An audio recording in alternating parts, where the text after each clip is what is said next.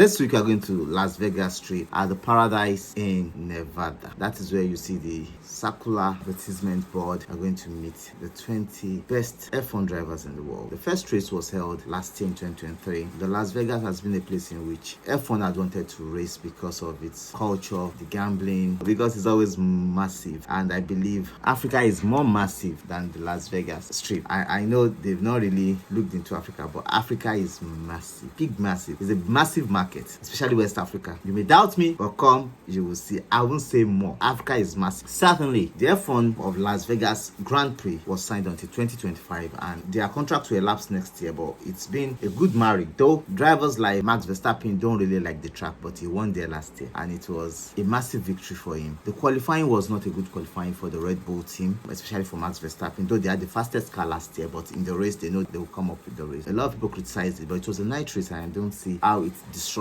or made the force of the whole Las Vegas plan. But because the track was locked around 8 p.m. and open around 4 a.m. and that was how they ran it, and it was beautiful because it brought a new feel to the race. The cold city around November, because it was held November 16th to 18th, and the 18th was so cold. The cold would give it a little mix up, especially last year when we had the Ferrari having problem with eating up their tires fast. Ferrari, Mercedes, they're having problems with eating up their tires fast. I think McLaren too had that issue, but unfortunately Red Bull, they can light it up faster, pap, and they're on. But it really helped them in the race. But during the FP1, there was a stoppage in which was because some of the holes damaged Carlos Sainz's car. So Carlos Sainz has to start from the rear because of the damage. Qualified P2, but he went to the rear. That promoted Max Verstappen to second. And starting in the race, Max Verstappen did the Max Verstappen thing, ran Charles Leclerc out from turn 1, and he gained the P1 and was able to capitalize on it until lap 16 when Charles Leclerc did his magic. He overtook him. The race was on. After the tire changes, Ferrari not able to light up their tires. Max Verstappen overtook him again. Max Verstappen won the race. Charles Leclerc second. Carlos Sainz third. It was a bad race for Mercedes because Lewis Hamilton qualified 11th, started the race, went back, came back to gain I think 8th or 7th position, and his teammate George Russell came in 4th position. Max Verstappen had a tangle with Oscar Piastri. George Russell had a tangle with Max Verstappen. They both got penalties. They both lost some forms of parts of their car, but that did not really help them. But unfortunately, it was a good race for them. Mercedes did something, well, I said, different in that race. Also, I think this year will be different because McLaren, they really improved, and it would show in their race this weekend how far they've really improved. I mean, the McLaren team. And if McLaren can come out and do, because they're the fastest car on the track now, followed by Red Bull, and if McLaren can really pull up something with Ferrari, because Ferrari now, they understand their mistakes about the lightening up of their tire, I think they can do a good job this weekend. So looking at it, if it's a race between McLaren, Red Bull, and Ferrari, possibly Mercedes do some magic, but I don't see Mercedes doing any magic because they've been really not doing well. So let's see how they are able to bring up this side of them, especially for McLaren and Ferrari, to challenge the Red Bull this weekend. For weather, I believe the weather in FP1 and FP2 will be clear skies, and there might be chances of rain towards the end of FP2. 13 degrees, that will be cold, I tell you. Precipitation, that is chances of rain 20% towards the end of the FP2. Also on Saturday for the FP3 and qualifying, because we're having a 3 race back-to-back. After this race, we're going to Qatar, from Qatar to Abu Dhabi for the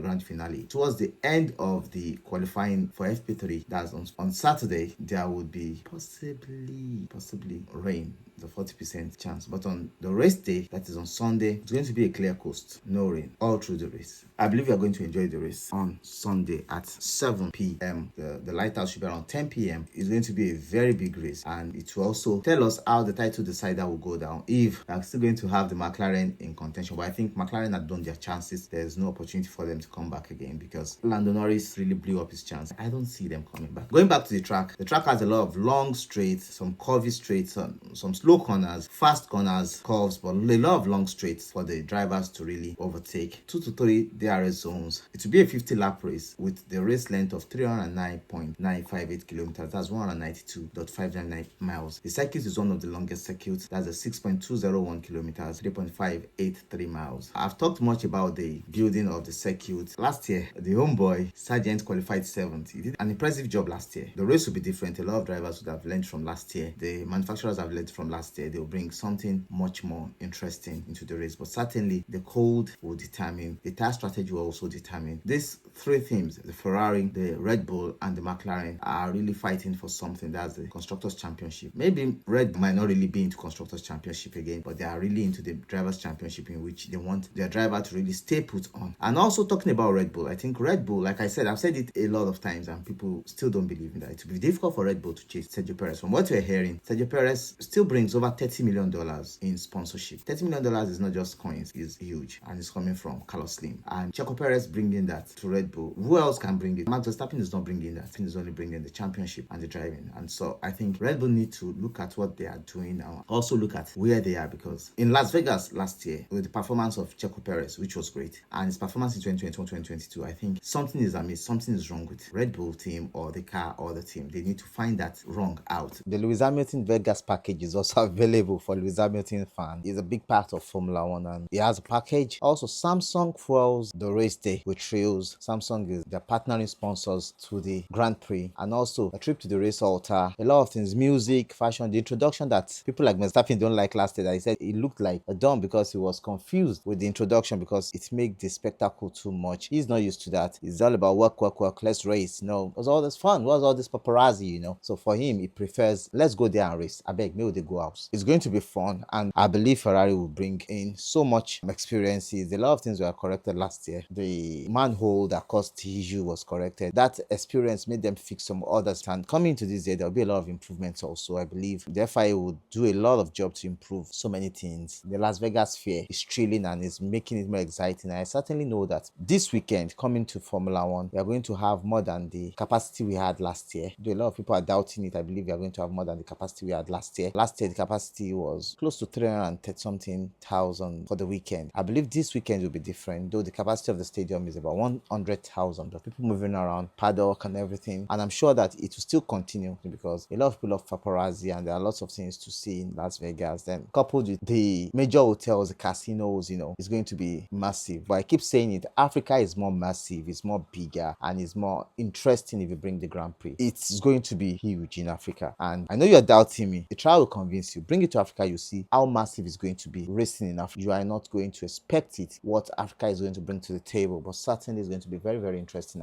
I can assure you that. What do we tend to see? I know some teams will bring their upgrades, and the whole Valhalla with Mercedes, Lewis Hamilton, I think it will be put to bed in the last 3 races, as Lewis Hamilton will be moving to Ferrari next season. All these news that are coming up about him staying where Michael Schumacher stayed are not confirmed there, but certainly Lewis Hamilton will be testing the 2022 car from what I know, it will be, so that he will be able to integrate into the new car. Let's go to Las Vegas. It's going to be very interesting. Coming from Brazil with Max Verstappen winning and the two Alpine showing their strength in the rain. Let's see what comes up in Las Vegas. Up onto the next video. I love you guys. Bye.